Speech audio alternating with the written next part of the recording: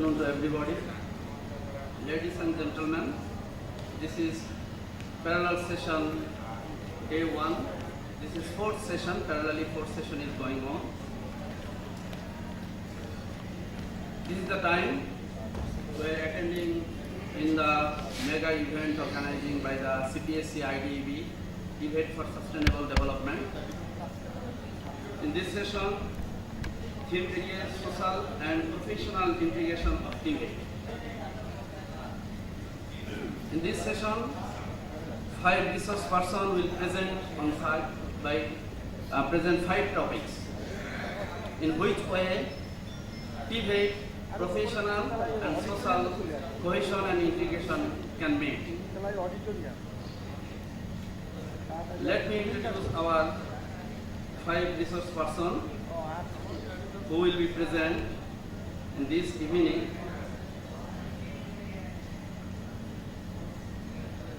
Professor Dr. Harunur Rashid, former Vice Chancellor, Presidency University, Bangladesh. I think he is not yet. I hope he will present very soon. He is available in the campus. Professor Dr. Muhammad Ghulam Sultan Ahmad. Yes, he is also available, but at the moment he is not here. I hope he will attend here very soon. Mr. Gabriel Gordad, he is International Advisor Bangladesh TVET. TVET project, he is working here in Bangladesh for last about more than 3 years, I think. So he is a Filipino and he has a lot of experience in TESDA, which Bangladesh learning at the moment from TESDA experience, and Bangladesh build a very good friendship with Filipino. So I hope Gabriel will share his experience with us, and Dr. Mohsin Habib, his heart is in Bangladesh, but at the moment he is working in Australia, and he is son of our President, Mr. Ekeme Hamid, President of IDEB, and our resource person Khaleda Firdousi. She is working in DTE. She is a TVET practitioner. Ladies and gentlemen, I know Bangladesh TVET professional. You are TVET professional, and we are facing a very social poor cohesion. Social image is poor for TVET, and I also feel these things that TVET is considering as the last choice to our parents, to our students. This is second choice we are telling, but this is last choice. But how this session will cover how we can develop our social cohesion, we can build our social image so that students can choose their career, TVET can be their best choice. So how social integration, professional integration can make to build our image in Bangladesh, as we think that TVET can be the master key for ensuring sustainable development. Ladies and gentlemen, this session will chaired by Dr. Qazi Khaliquzzaman Ahmed. He is a renowned legend in the arena of social development. He is chairman of Palli Karmashayak Foundation, Apex organization. You know, Bangladesh is motherland for microcredit program, and PKSF is a mother organization for NGOs. And PKSF shows how development can make, how empowering can make and develop. And our chairperson is also a very legend person in developing his contribution, significant contribution in developing our national education policy. So I think we can give a big hand to our chairperson and all the participants.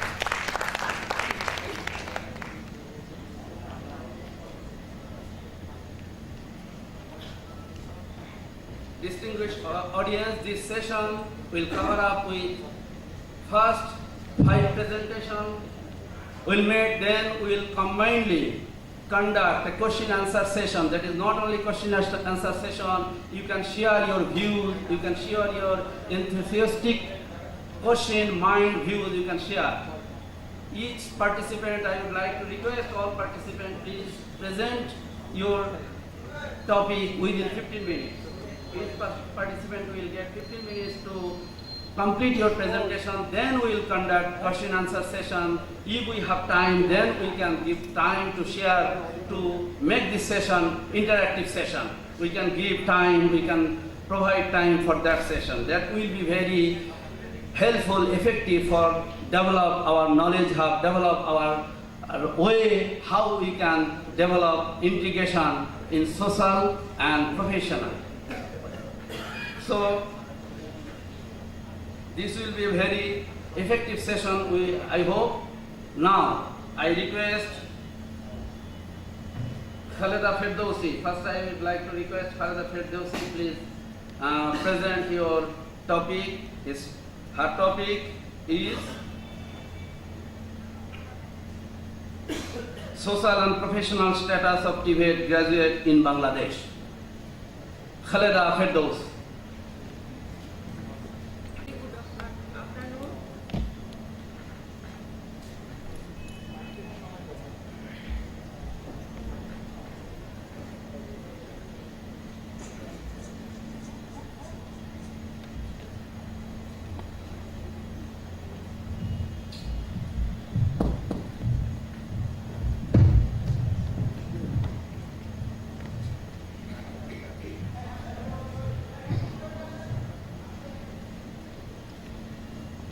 My topic is Social and Professional Status of TVET Graduate in Bangladesh. TVET is an investment with significant returns, including the well-being of workers, enhanced productivity, international competitiveness, and economic growth. To improve the social and professional situation needs to update or change the TVET system. TVET is necessary for all people to develop their own future and country also, not only poor or underprivileged people. To improve the social status of TVET graduates need a TVET-friendly environment. We need to develop positive social attitude toward training and enhance their management. Secondary data and a mixed method strategy for quantitative and qualitative are used for this paper. Information is given from the journal and the survey report.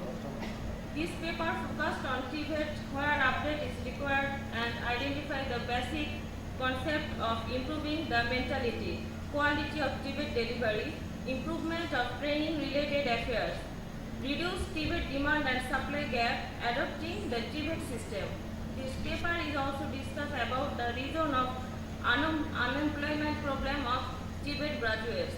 In Bangladesh, there is an oversupply of TVET graduates and a shortage of workers with skill and qualification required by industry. Why need TVET? Unemployment is not only problems of the poor. Any higher educated graduate also need extra skills or training, like computer training, to get a job. They have to face the questions, have any training or what do you know?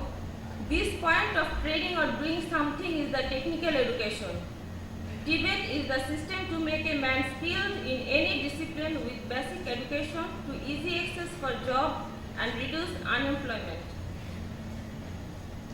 Negative attitude.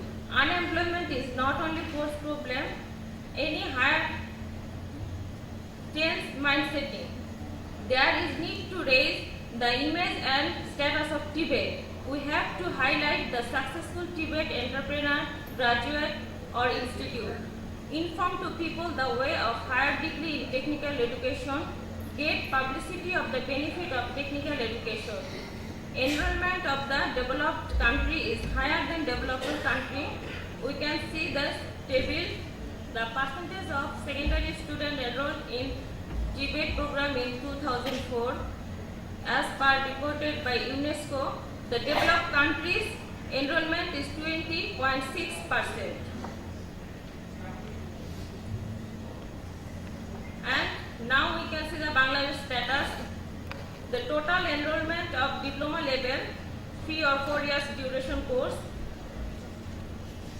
and this table is easier for we graph. You can see the enrollment of diploma level with 2007 to 2012-13 session, and the day by day it is increased, and this time we Bangladesh celebrate the TVET week, and after this the popularity of TVET education in our country is increased before then.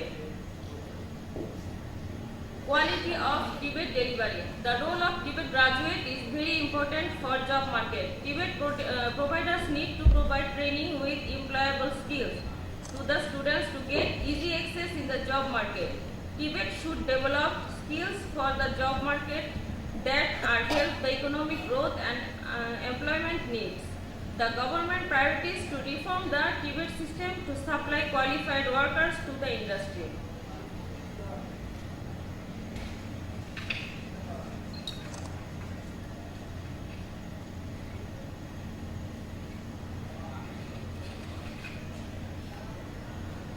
Employers gave their opinion in a focus group discussion organized by TVET Reform Project ILO for conducting national skills survey. They have selected 5 priority criteria for selection. These are educational qualification, skills, training, previous experience, paying less, getting best, attitude of the candidate. We can see the highest priority of employers is skill. Improvement of training related affairs. All teachers need knowledge on modern teaching method and knowledge of technological change in their area of specialization. Provide effective training with modern knowledge and skills. It is essential to provide effective training. The instructor, trainer or teachers have professional development. Reduce demand and supply gap. An important factor of TVET is the inability to meet the need of the industry to reduce demand and supply gap. A relationship needs to develop between TVET provider, employer, industry and social partners. TVET system have to identify the need of employers, industries to provide appropriate skills to the students. Modernizing the training content, equipment and selection of course are needed to develop according to the industry's requirement. In other countries such as the Republic of Korea and Singapore, training content is selected with cooperation of the business or industry people.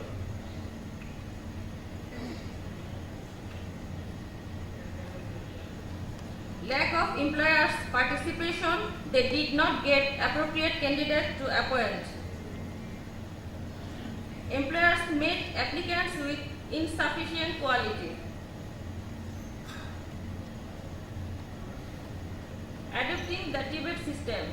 In most countries of the Asia-Pacific region, technical and vocational education and training are considered to develop economic status. In the case of overseas employment, if we are able to migrate them with skill, the country will earn more remittance than before. More population of Bangladesh can be converted into human resource by providing technical education. There is no option to avoid TVET. Technical and vocational education and training is the only way to prepare young people for work to decrease high unemployment problem.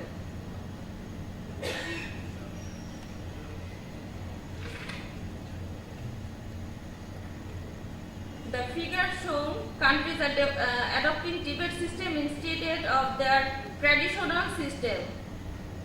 The highest percent goes to Australia. The percentage. Now career counseling and guidance. This is another important for TVET graduate. Students of schools or colleges to assist students for selection of further education after school or college. Such service should be available not only to senior school students but also to local young people who dropped out of school but would be interested in TVET. TVET graduates to understand the job market environment, It's help to fix target which occupation is perfect for him or her and what preparation will be needed. TVET for all. Thank you, everybody.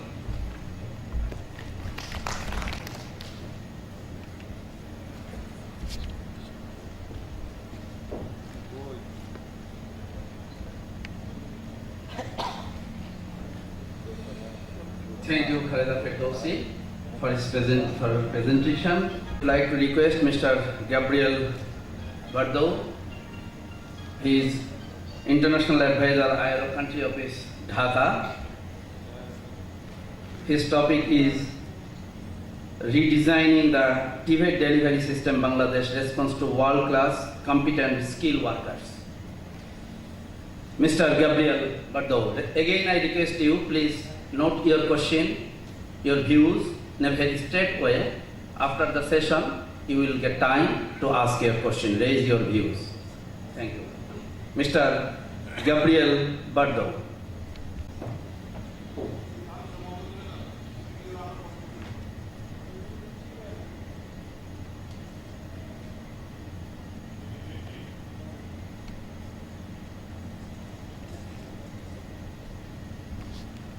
Yeah, they say good afternoon, ladies and gentlemen. Actually, this presentation was intended for the Bangladesh Technical Education Board. I was looking at the participants here. I have not seen from the BTEB. I don't know, is there somebody from BTEB here? So, this presentation focused on making a person qualified or certified, and with this qualification or certification leads to being self-esteem, then mainstream into the formal education.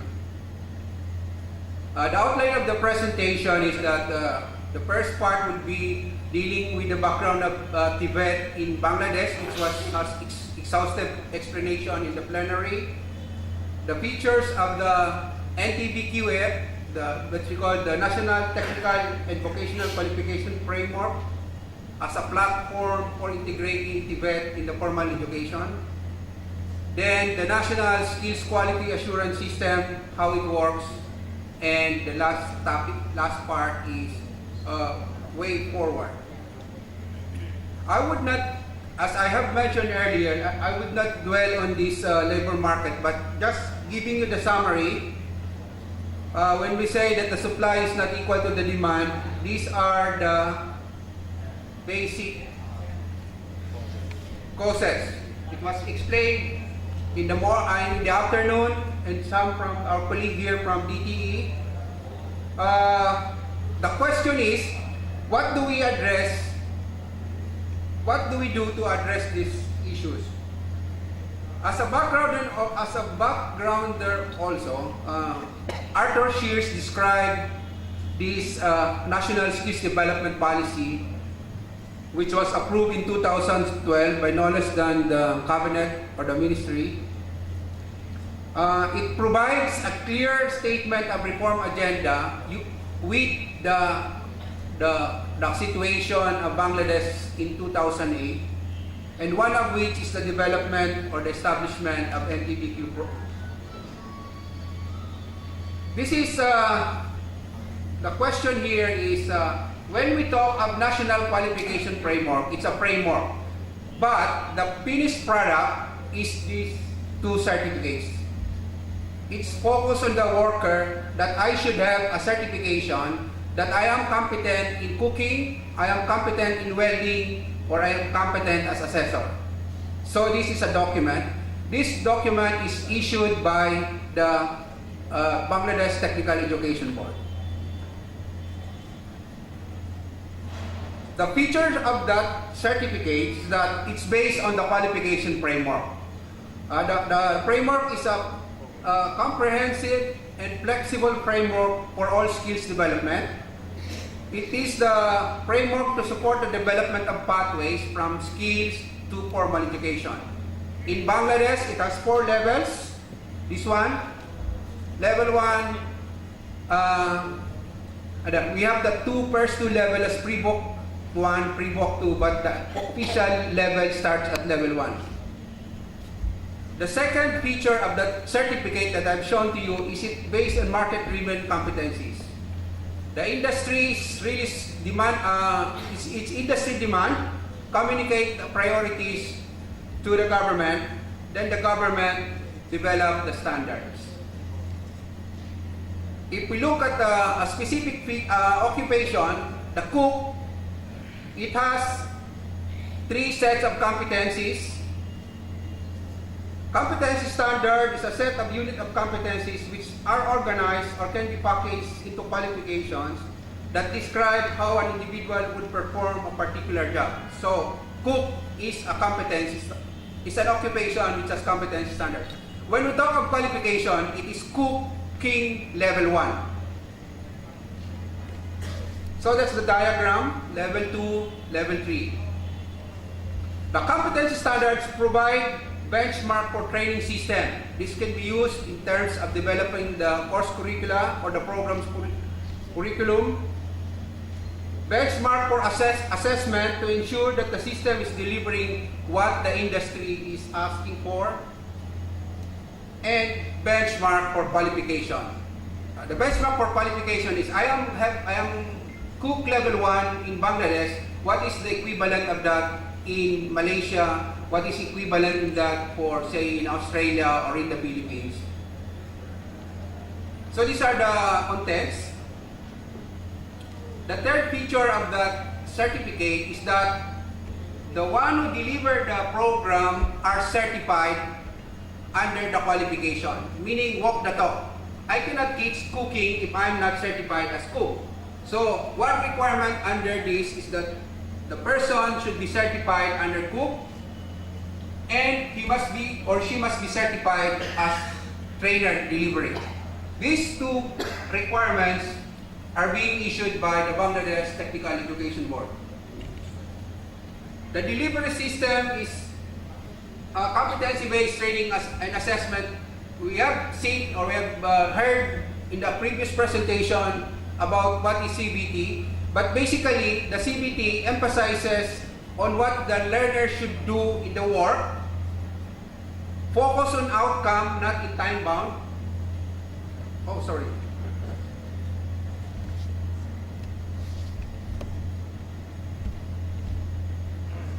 Is concerned with the attainment of application of KSA, that's the knowledge, skills, and attitude. And the last is the principle or the doctrine that anybody can acquire the competency by their own pace of learning. So I can learn cook in 1 month, you can learn it in 1 week, the other guy can learn that in 1 year as long as that person acquires the competency. That's how the competency-based training works. The fifth feature of that is that programs, the schools should be registered as training organization. These are the process. I would not go into the details of that. Then the 6th feature is it allows recognition of prior learning. I don't need to go to a school to learn cooking. I'm 5 years experienced cook. I can subject to assessment. Once found competent, I will be issued the certificate. So workers and trainees can have their skills recognized. The 7th feature of the document is it implements competency-based assessment, meaning the assessment is delivered by a different person from the industry, not the trainer. But to become an assessor, he has to also be competent in the qualification that he wants to assess, and he has to be certified as assessor. Then, approved training programs are nationally accredited. As I have mentioned earlier, it's the BTEV who issued the registration for the program. Then the whole system is covered by the Skills Quality Assurance System. We have this manual approved by BTEV, the 2 manuals, the complementary manuals, that meaning, how do we develop standards? How do we register institutions? How do we deliver the programs? How do we assess the person? How do we manage the data information system? It's all managed by BTEB. And this is the skills quality assurance framework. First is we develop the standard. Then the standard is basis for developing the trainers and assessors. Then the standards is basis for registering the training institutions, accreditation of assessment centers, and in both cases, the recognition of prior learning is available, and the entire system is governed by quality management system, so that whatever passes through that system has a large possibility of employment and increased productivity. How to acquire the certificate? This is the standard, traditional. I'll go to the training center registered by BTEB. Once I complete the program, I will be subjected to assessment, and once found competent, I will be issued certificate. The other one is I can go through assessment, then issue certificate. This is the existing system now available in BTEB. You can look at it. It's btebcbt.gov.pd. Try looking at the persons. I think they have now more or less 1,000 certified workers, 200 certified trainers, and I suppose 300 or 400 certified assessors. So you can look, the document that I showed you initially, it can be shown in the website. But one feature of this system is once I underwent an assessment and found competent, I can directly get my certificate right at the completion of assessment. So these are actual assessment certificates which can be accessed by anybody in the BTEB. The only difference is it's not signed by the, how do you call this, the controller. So, way forward is making the national qualification framework with the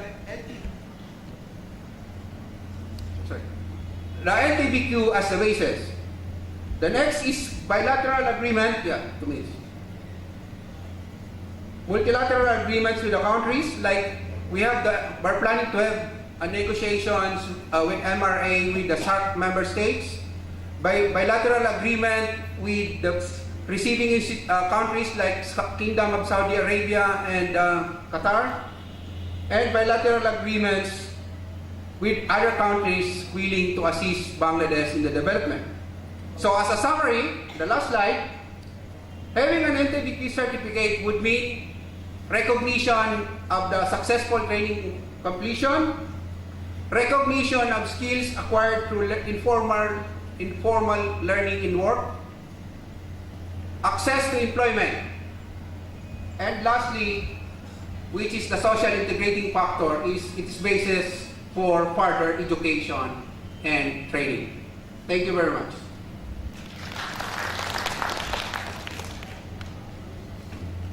Thank you, Gabriel, for his presentation. Now I request Dr. Mohsin Habib, Swinburne University of Technology, Australia. Please, Mr. Mohsin Habib. His topic is role of TVET in social inclusion and human development. Mr. Mohsin Habib.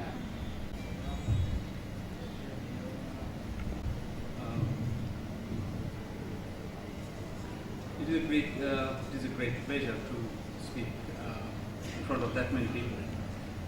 And the reason I'd say a story. A couple of years ago, I went to a conference in Europe, and when I was presenting, there were only two other people on the audience. There were only two other people, and I finished my presentation. There were a couple of questions, and then this person who was the chair, he said, "Don't you please go, because I have to make my presentation as well." So there were only 3 people, and all of them, we were presenters. And it is quite good to know that many people here will listen to me. Anyway, thank you. Thank you again. So this is what I'm.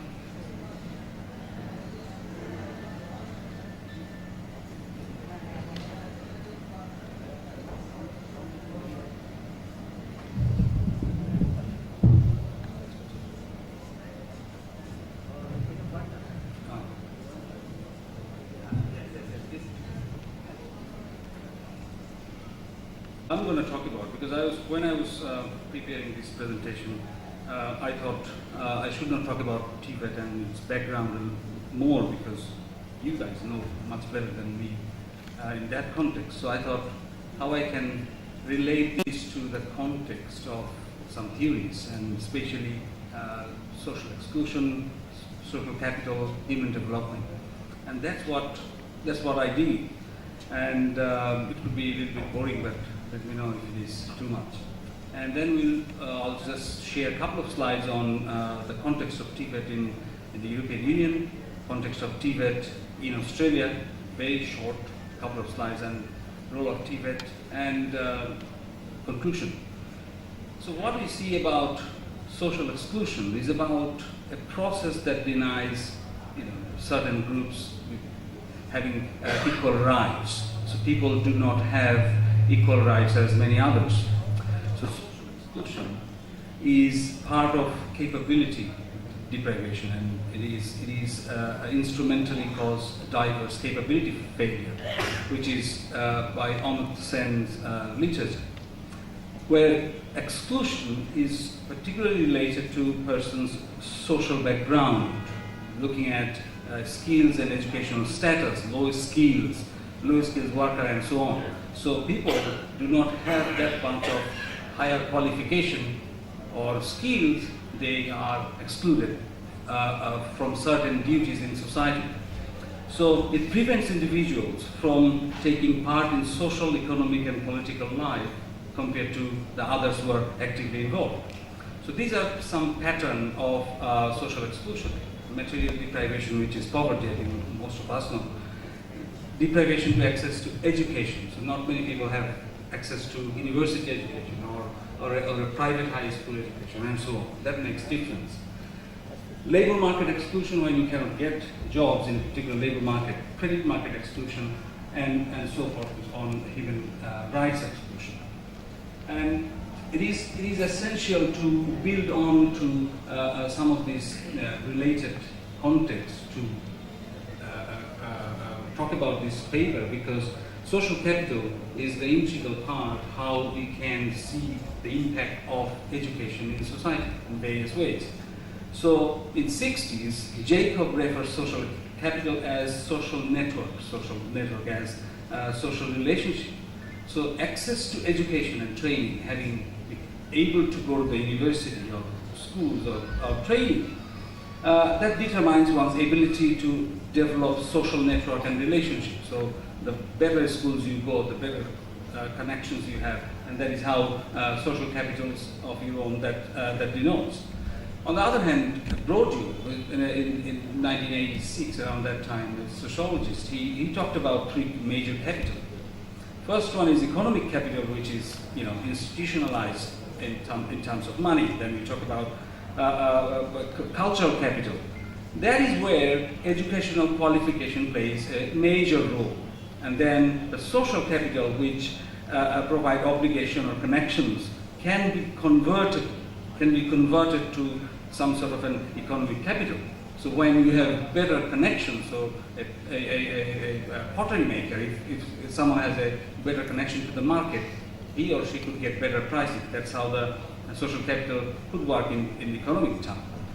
On the other hand, Broadview argues that economic capital is actually bottom line, whereas the social and cultural capital is instrumental to improving one's economic standing or economic capital in that fashion. And later on, Putman refers to association of people with positive outcome on productivity and community. So people more connected with people, they are more productive, and they have particular specific role and contribution in the community. So active and skilled workforce, particularly skilled workforce and communities, possess a stronger and higher level of social capital, which lead to higher level of socioeconomic status.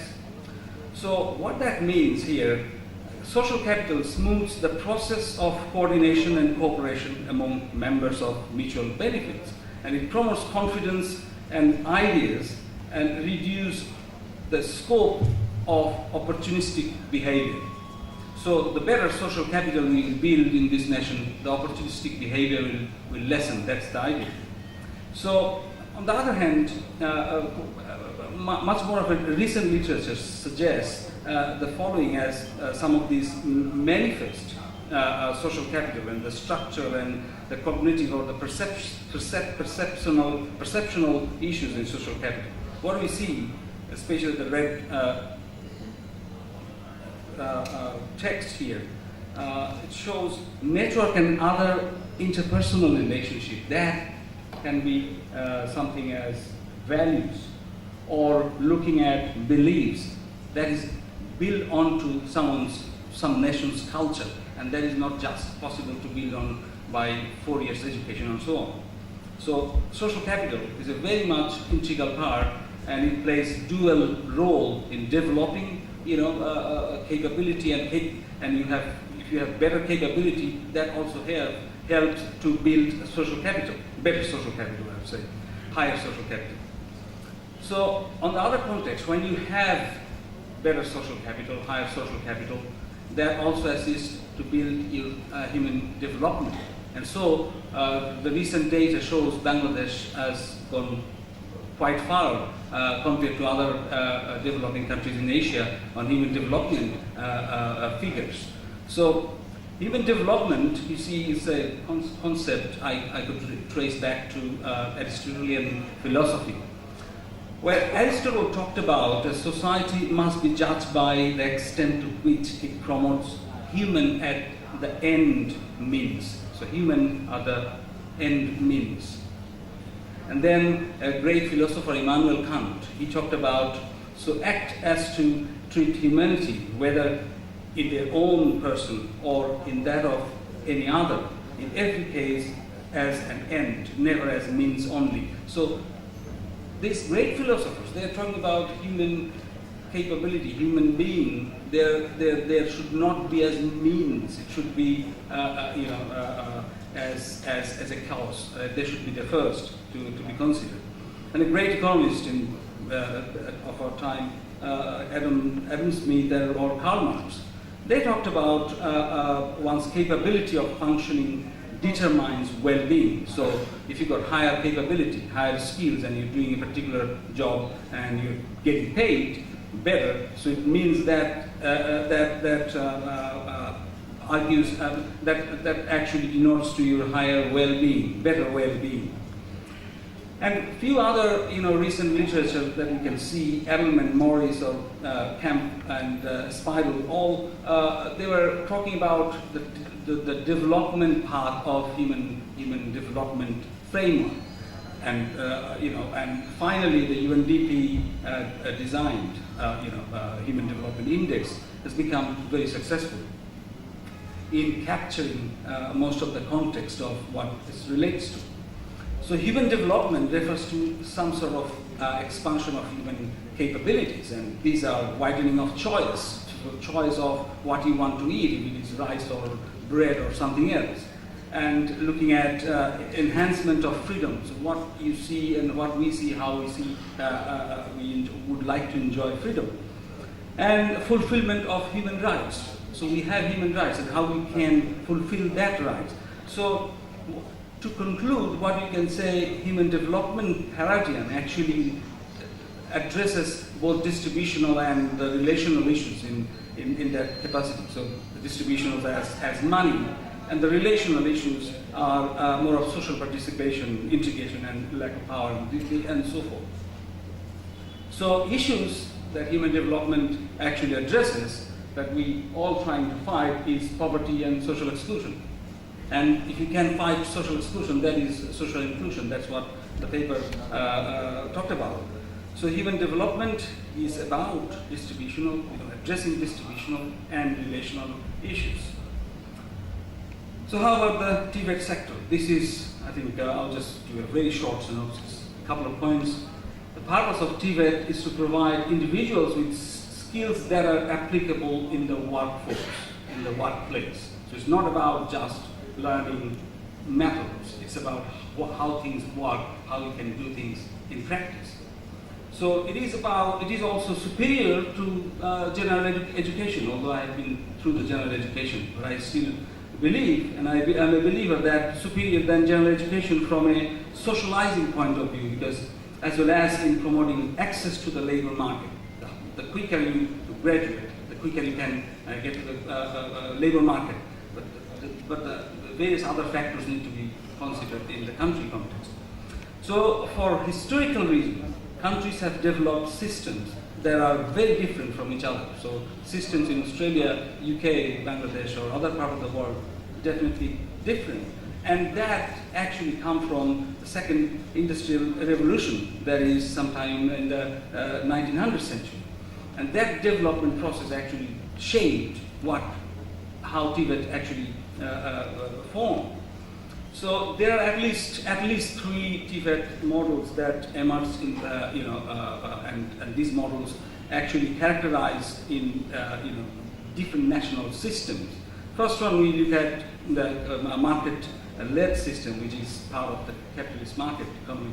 And then we have a school model where most of the VET takes place in the schools, mostly probably in Bangladesh. And the last one is a dual model with a strong presence of an apprenticeship system, so especially European OECD countries and Australia and Canada. These countries are dual, they emphasize on dual model.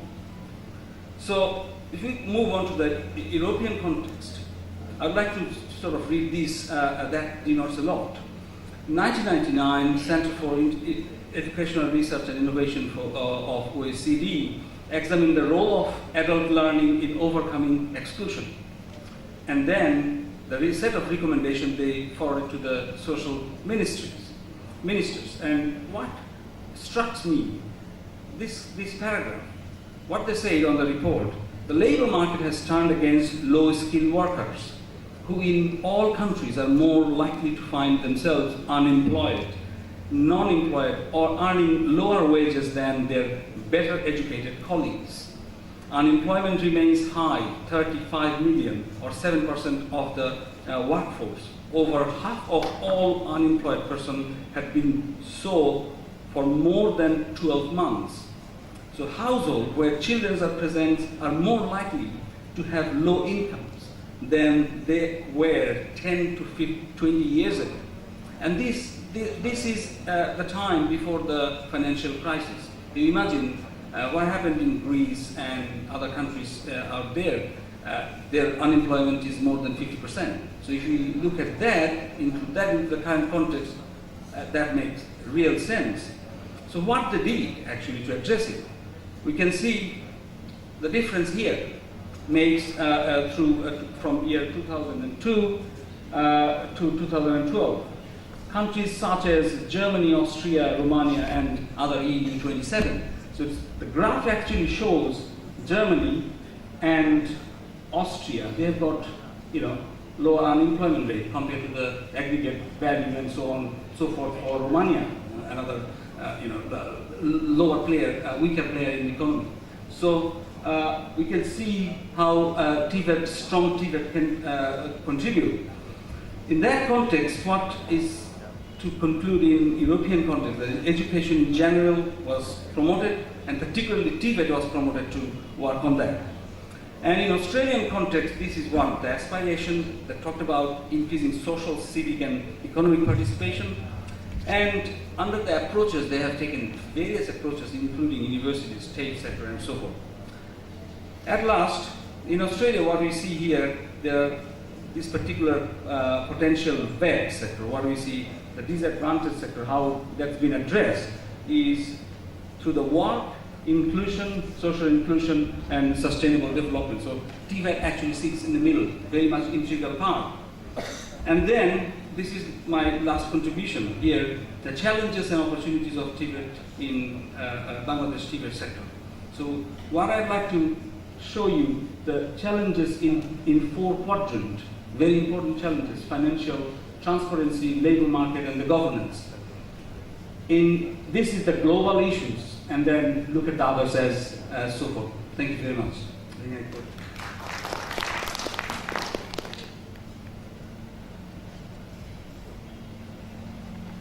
Time is very nice presentation, but time is very crucial. Now may I request our Honorable Sir Professor Dr. Muhammad Ghulam Sultan Alam. He will present on skill culture and national prosperity. Please, our Honorable Chair, he has another appointment and we have started this program 1 hour later. So we have to adjust our time, and our Honorable Chair he has another very important appointment. So please,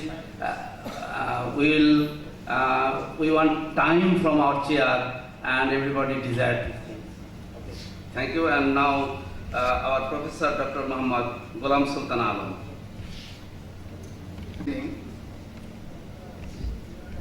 Respected Chair, Dr. Kazi Khalkuzaman Ahmed, distinguished guests, ladies and gentlemen. My time is 5 minutes only. So I will say every information within 5 minutes. This is a special credit and pleasure to me. So I will use 2 languages. I request Honorable Chair, to have the opportunity to inform all participants, because most of the participants are our men and only the few numbers are outsiders. So my topic is national skill culture and national prosperity. What is skill culture and what has been national prosperity? The nations that have skill culture are proved balanced and competency and advanced in this. যে জাতির দক্ষতা সংস্কৃতি আছে তারাই নিয়ন্ত্রিত এবং তারাই এগিয়ে আছে। To drive the nation forward, presence of skill culture bears a great significance. জাতিকে সমৃদ্ধির পথে এগিয়ে নিয়ে যেতে হলে দক্ষতা সংস্কৃতির উপস্থিতি অপরিসীম গুরুত্ব বহন করে।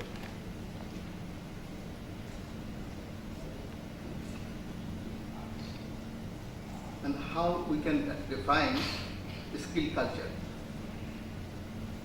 Sector-wise implementation skills against planned program in all sectors. সর্ব সেক্টরের পরিকল্পিত কাজ বাস্তবায়নকারী দক্ষতা থাকে। This skill results in all sectors in national enrichment. জাতীয় সমৃদ্ধিতে সব সেক্টরের কাজের মানে এই দক্ষতা আসে। Developed social living condition, সামাজিক জীবনধারার উন্নয়ন করে। The way out of national prosperity, জাতীয় সমৃদ্ধি কি উপায়ে হয়? By means of enhanced development and aggregated production, বর্ধিত উন্নয়ন এবং সামগ্রিক উৎপাদনের মাধ্যমে। Expected level of development and increase the skilled or efficient workers in all education, agriculture and industrial sector. প্রত্যাশিত উন্নয়নে এবং শিক্ষা, কৃষি, শিল্প সর্বক্ষেত্রে দক্ষ কর্মীর সংখ্যা বৃদ্ধি পাওয়ায়।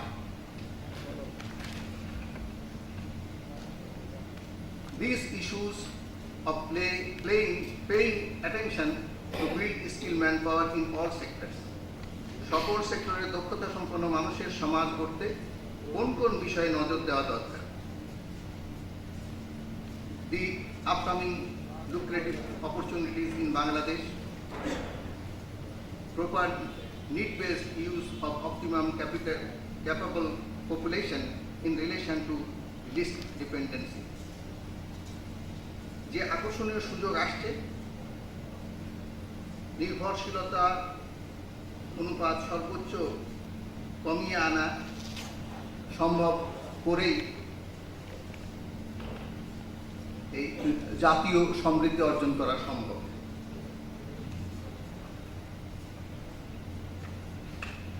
The emergency issues those draws positive impact on skill culture and national prosperity. কোন কোন জরুরি ক্ষেত্রে দক্ষতা ও সংস্কৃতি ইতিবাচক ফল বয়ে আনে। Society participation will increase within social sector. সামাজিক যে সেক্টরের মধ্যে সামাজিক অংশগ্রহণ বৃদ্ধি পাবে। Remarkable development attained in health service, education, management and social networking. স্বাস্থ্য সেবায়, শিক্ষা ব্যবস্থায়, সামাজিক সম্পর্কে, ব্যবসা বাণিজ্য এবং প্রশাসন ও ব্যবস্থাপনায় প্রভূত উন্নয়ন ঘটে। The ways of introducing the efficiency and skill culture as a regular practice in technical and mainstream education and training sector. দক্ষতা সংস্কৃতি কিভাবে কারিগরি ও বৃত্তিমূলক শিক্ষা প্রশিক্ষণ সেক্টরে চর্চার মধ্যে আনা যায়। Prepare fresh and make necessary amendment in curriculum by identifying the usually practiced technology in daily social life. সমাজ জীবনে দৈনন্দিন ব্যবহৃত প্রযুক্তি চিহ্নিত করে শিক্ষাক্রম পরিমার্জন এবং নতুন করে তোলা। Conclusion.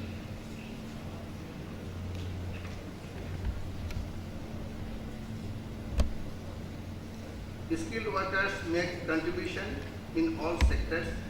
The entire culture of a nation hinges on skill and efficiency. সব সেক্টরে দক্ষতা অর্জনকারী কর্মীদের অবদানের মাধ্যমে এ দেশকে সার্বিক দক্ষতা নির্ভর করে তোলা যায়। সকলকে ধন্যবাদ। Thank you very much.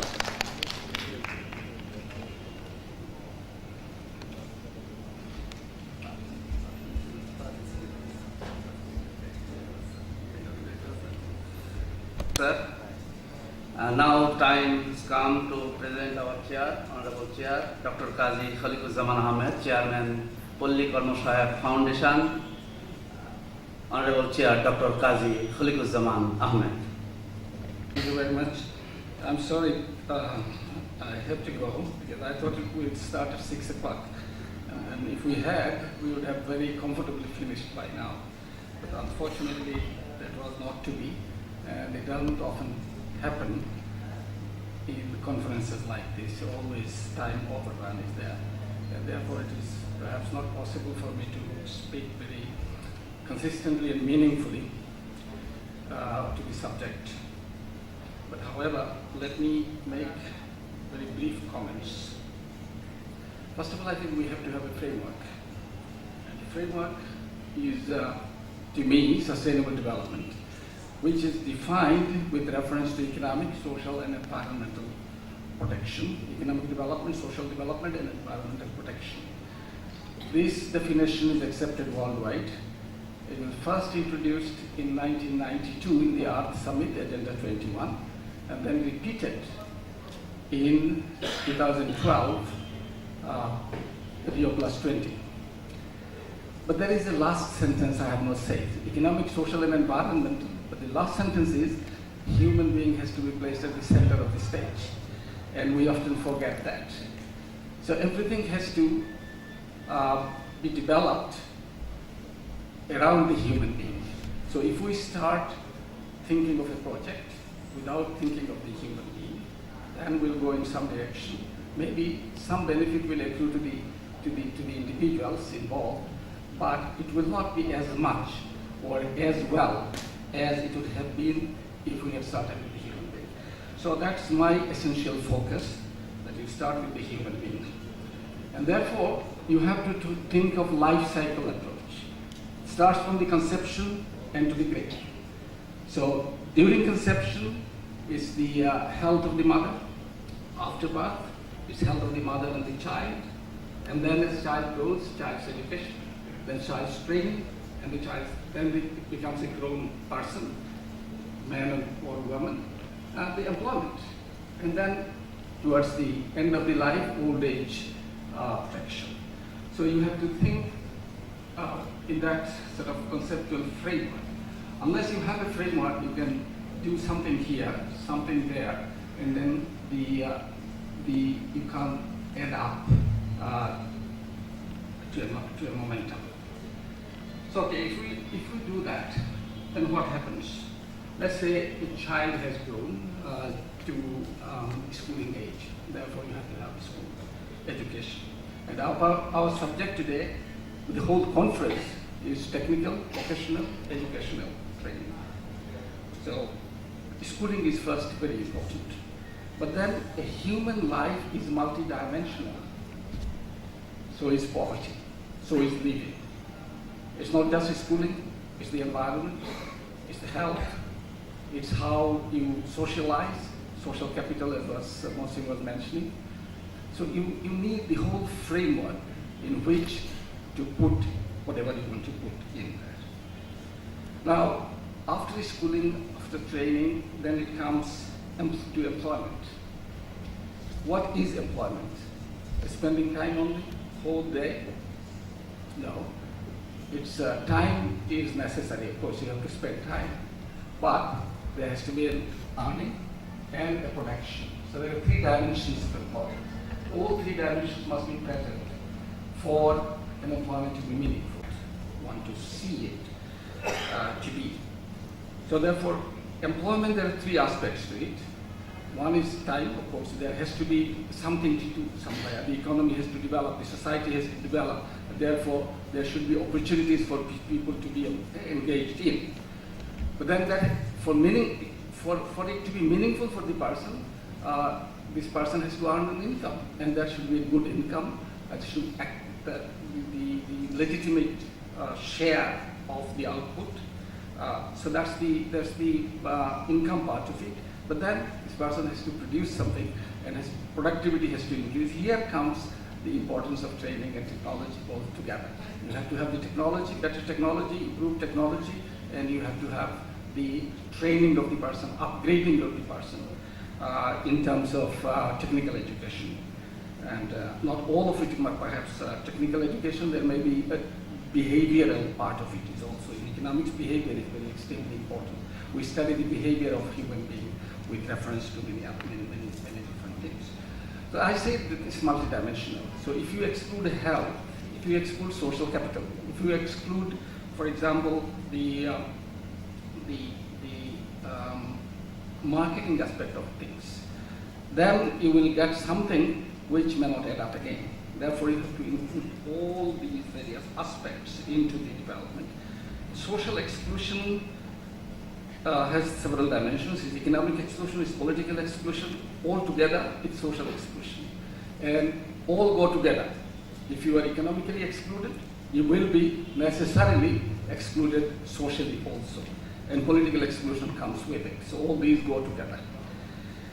Now here, I think what I should, I'm hurrying because I have to run. The framework that I am using in Political Motion Right Foundation is exactly this. The goal is human dignity for everybody. Nobody should be excluded. Everybody should enjoy human dignity at some point of time. And towards that goal we will work.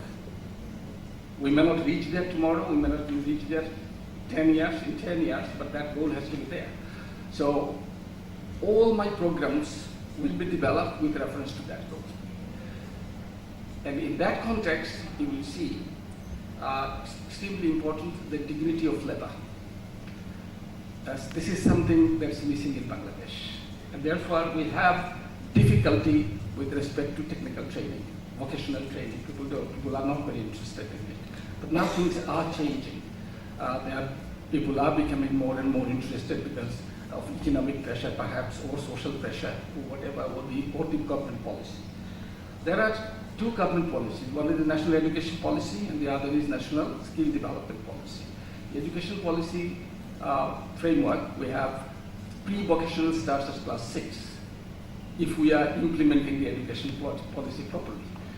From class 6 pre-vocational. Then from after class 8 there are 3 directions you can go.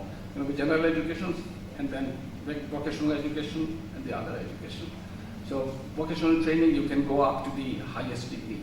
But this education policy has done one thing which is different than before, and that is if one for some reason or the other does not pursue the regular educational process in whatever line that one wants to and goes to a vocational training center, takes training, is the person's prospect blocked?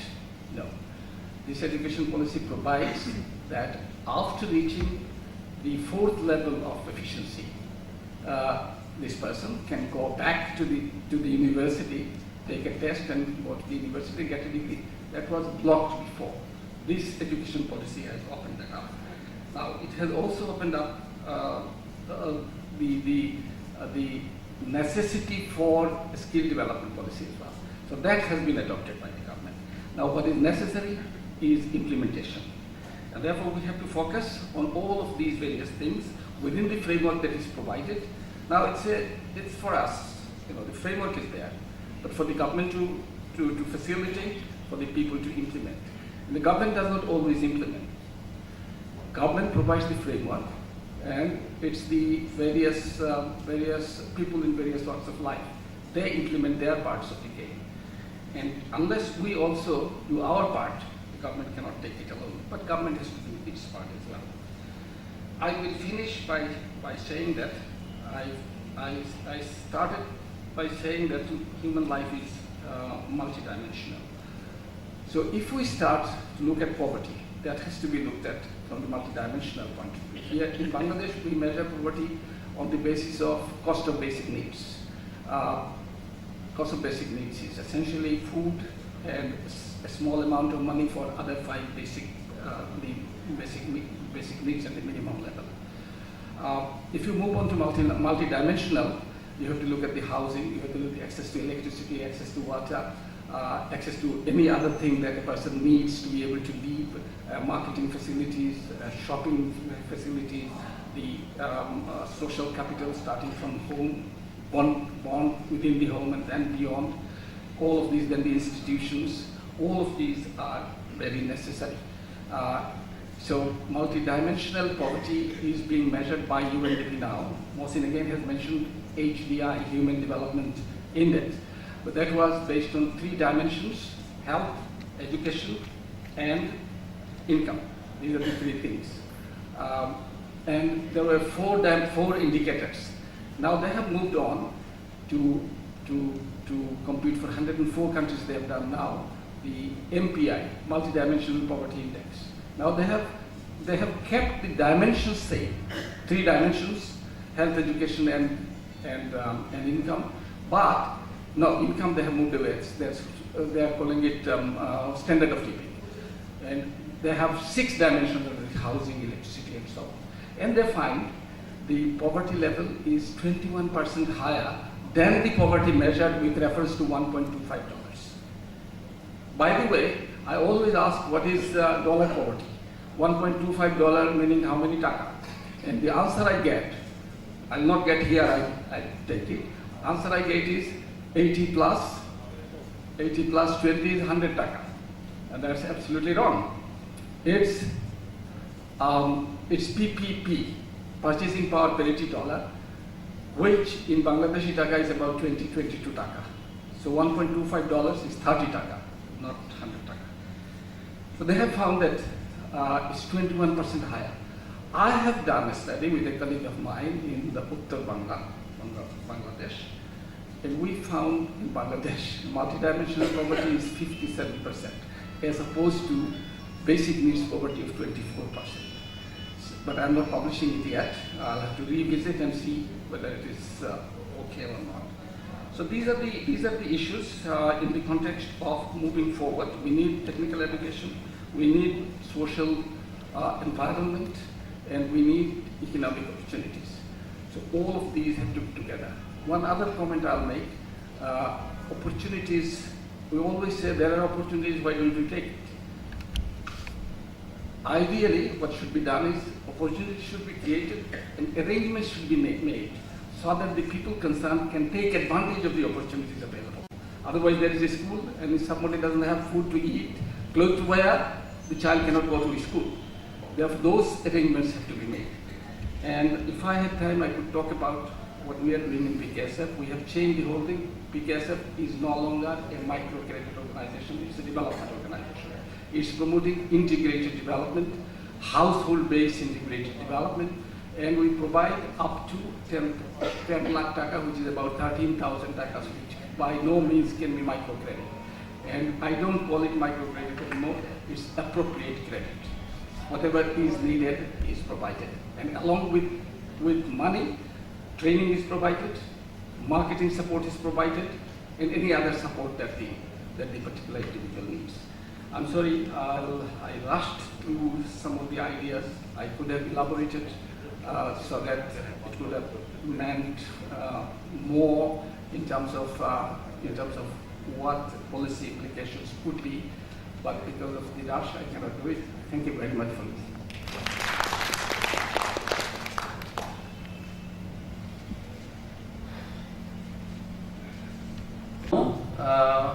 From IDEB side, we would like to present by our Honorable Chair to Gabriel a crest as a certificate.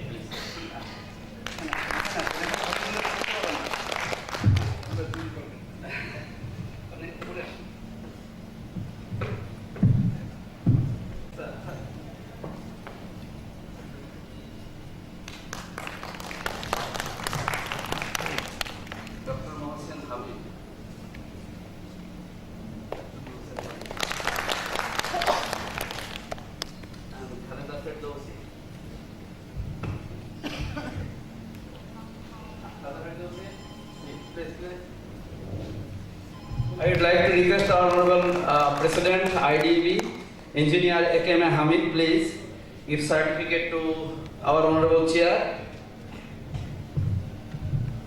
Please, sir.